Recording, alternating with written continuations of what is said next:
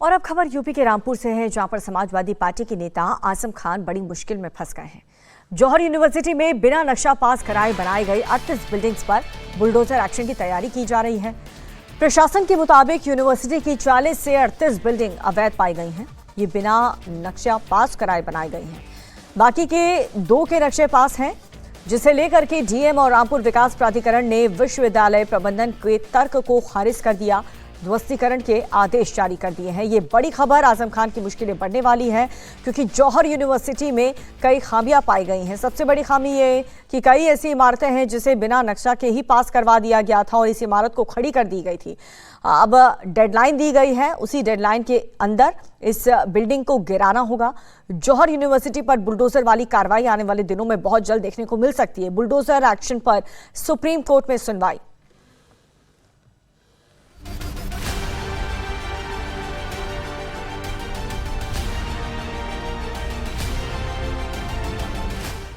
आजम खान की मुश्किलें बढ़ी, अवैध रूप से बनी जौहर यूनिवर्सिटी। 38 बिल्डिंग पर चलेगा बुलडोजर, आज सुप्रीम कोर्ट पर सबकी नजर। प्रशासन का शिकंजा, पीडब्ल्यूडी ने आम रास्ते का बोर्ड लगाया।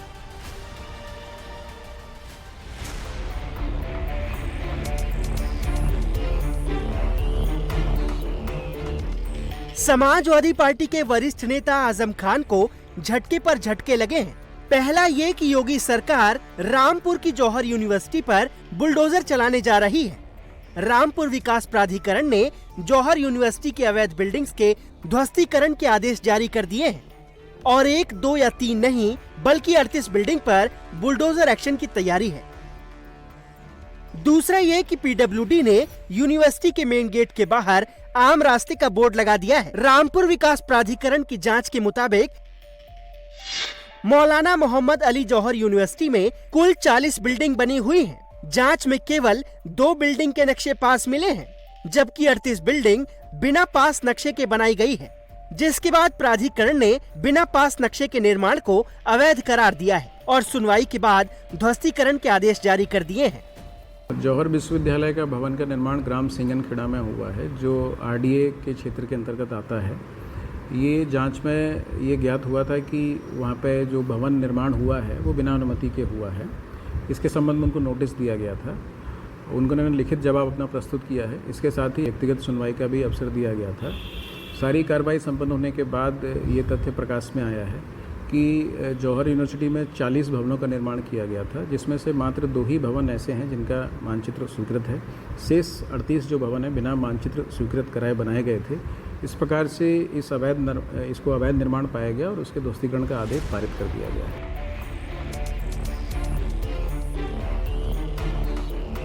जौहर यूनिवर्सिटी रामपुर सदर तहसील के सिंगनखेड़ा में है।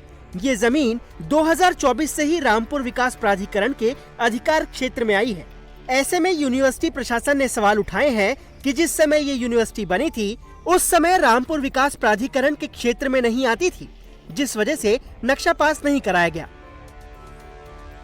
हालांकि प्राधिकरण ने साफ किया कि यूनिवर्सिटी प्रबंधन को सारे नियमों की जानकारी थी और तभी 2 बिल्डिंग के नक्शे भी पास कराए गए थे, लेकिन बाकियों के नहीं कराए गए, जिसे लेकर यूनिवर्सिटी से भवनों के पास नक्शे से संबंधित जानकारी मांगी गई, लेकिन संतोषजनक जवाब नहीं मिलने के बाद यह आदेश दिया गया।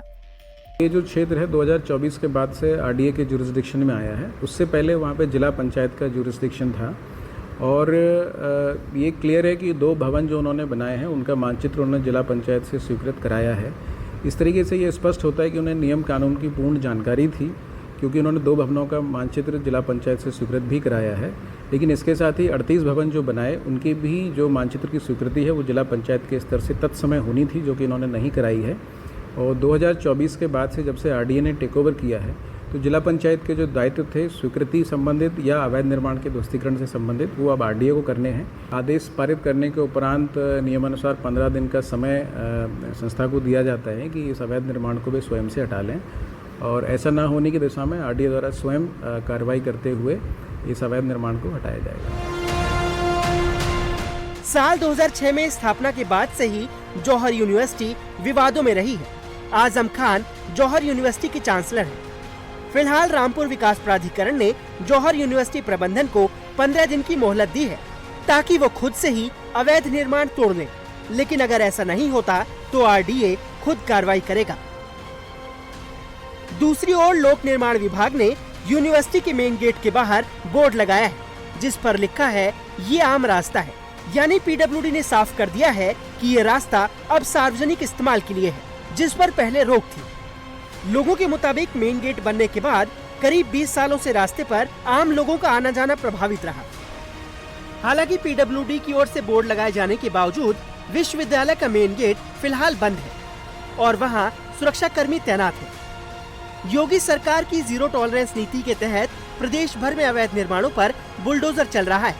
यूपी के अलावा और भी कई राज्यों में बुलडोजर एक्शन जारी है। हालांकि आज देश भर में हो रही बुलडोजर कार्रवाई के मामले पर सुप्रीम कोर्ट सुनवाई करेगा। कोर्ट उन याचिकाओं को सुनेगा जिसमें अलग अलग राज्यों में सरकार पर पिछले साल जारी सुप्रीम कोर्ट की गाइडलाइन के हनन करने के आरोप लगाए गए। ऐसे में आज बुलडोजर एक्शन पर सुप्रीम कोर्ट की सुनवाई पर सबकी नजरें रहेंगी।